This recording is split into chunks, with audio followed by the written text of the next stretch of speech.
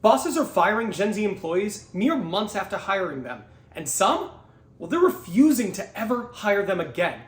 I've been in recruitment for 15 years, and today I want to talk about an article that should be absolutely shocking to you if you're Gen Z. Let's go. Okay, so I came across this article today and I read it, and it was pretty shocking. It was shocking for two main reasons for me. So one, I'm in the recruitment industry and I have been in recruitment for 15 years, and I manage a team of 25. And most of those people are actually Gen Z recruiters on my team, and I find them to be pretty darn good workers and really effective at what they do. So this was surprising to me that so many people have this experience. The second reason this was shocking to me, as I was reading this article, I came to the conclusion that basically everything in it is really bad news if you were Gen Z, and probably if you're Gen Alpha behind it. So I'd like to break that down, exactly why it is terrible news for you if you were Gen Z, and what you can do about it. And if you're not Gen Z and you're not Gen Alpha, but you're wondering why, also stay tuned because it gets really interesting. Okay, so this article starts by basically talking about, for years, hiring managers have been complaining about Gen Z. You know, if you've been paying attention for the last couple of years, you've probably seen the articles about Gen Z bringing their parents with them to interviews. You've probably read about them not wanting to come into the office, them not wanting to network, Gen Z not feeling super compelled to connect with other employees in the workplace. And generally speaking, a lot of frustration from hiring managers when it comes to their Gen Z employees. But for all that time, for the most part, it had just been complaining. But what the article is showing, based on a survey that this company has done, is hiring managers are now beyond complaining and they are on to firing. And the article basically talks about hiring managers who are now just cutting bait. And they have Gen Z employees who they hired, who graduated in spring of 2024, and they are already firing those people. So Intelligent.com did the survey, and it's a pretty widespread survey. They surveyed over 1,000 hiring managers, and I want to start with some of the data that they have, because this initial piece of data is pretty jarring. But 6 in 10 hiring managers this year who were surveyed who have Gen Z employees have fired them already. So we're talking about people who have been on the job for like 6-7 months. 6 in 10 have already fired some of their Gen Z staff. Now that seems bad, but it gets worse. One of the things that I found really interesting is that they're saying they're going to be a lot more reluctant to hire Gen Z grads in the future. So what does that mean? Well, the data says that 1 in 6, they feel a lot of caution around, well, should I hire another Gen Z person? Or should I go find someone more experienced in the market? And 1 in 7 who were surveyed said they just absolutely won't. Based on their experience, they've made the determination, I am not going to hire Gen Z people for my openings anymore.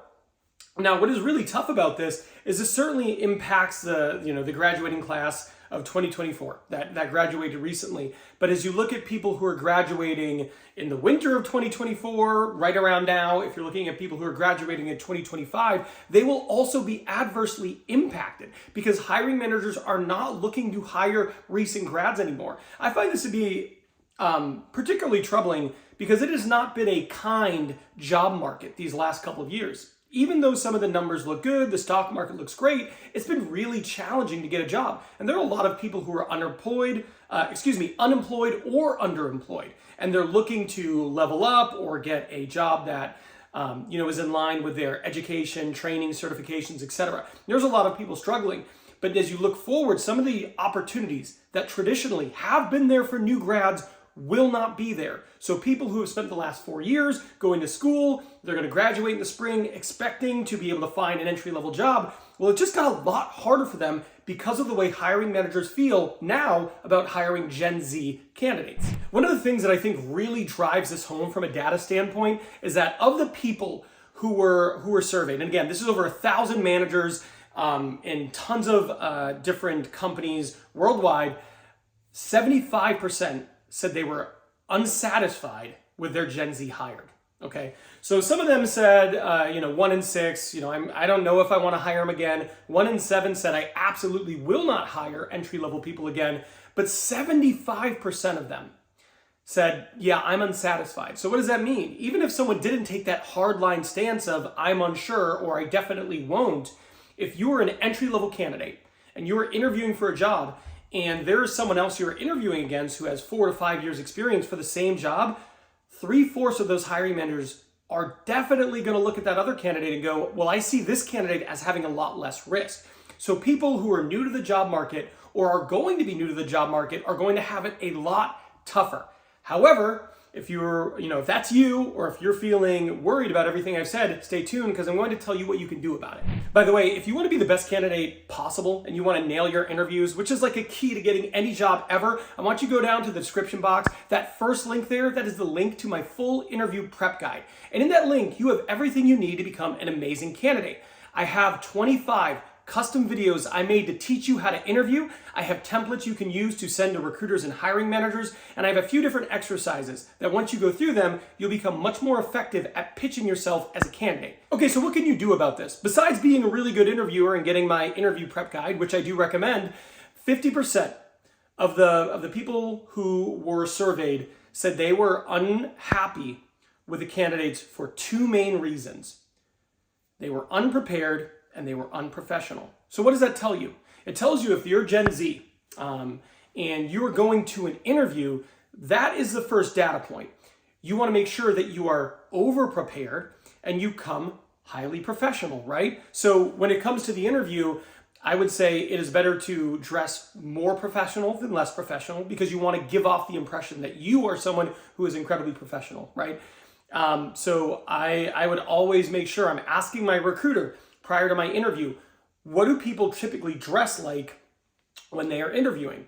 And whatever that is, I would do that or slightly better, right? If they say a button-up shirt is great, do a button-up shirt and a tie. If they say business casual, maybe you're wearing the tie and you're throwing on a blazer, right? But just make sure that whatever you are doing, you are highly professional. If there is a video interview, you have to make sure that everything behind you is professional. Just think about how you're being perceived by the recruiter, HR, and hiring manager, and make sure that you're not giving them reason to believe you're unprofessional. Now, what about unprepared? Unprepared means that people are coming into interviews and they don't know about the company. They're not well-versed on what the company does. They're not well-versed on what the company offers, their position in the market, their value proposition, maybe some of the history of the company. What you want to do is make sure you're taking the time to fully understand the organization you're interviewing with, but also take a time to look at the job description and understand how are you a fit for this role and are there potential misalignments? And if there are misalignments, i.e. pieces of experience you don't have, how could you speak to your ability to learn those things so you could be effective in the job? Now that is just interviewing. Once you get in the seat, you obviously want to maintain that professionalism. You want to show up ready to work. Another complaint that was prominent in this report is that a lot of Gen Z, they didn't have a high workload capacity. So, they were showing up late, they were leaving early, they were saying that some of the work is too much. And I get the need for work-life balance. That's really important. But early on in your career, you probably have to adapt. And if you want to succeed, you need to adapt a little bit quicker. And it was always my mindset that I wanted to outwork some of my peers. And if you can do that, you can stand out as one of the better Gen Z employees. Like I said, don't come after me in the comments because I hired a bunch of Gen Z and I think they're awesome. But there are clearly hiring managers out there who do not think that. Now, one of the things that's probably going to help you a bunch is understanding that a final interview is way different than the first or second round interviews. In fact, it is so different, I made a full video about it so that candidates could be prepared to nail that interview. And it's right here. So I'm done with this video, but watch this one next.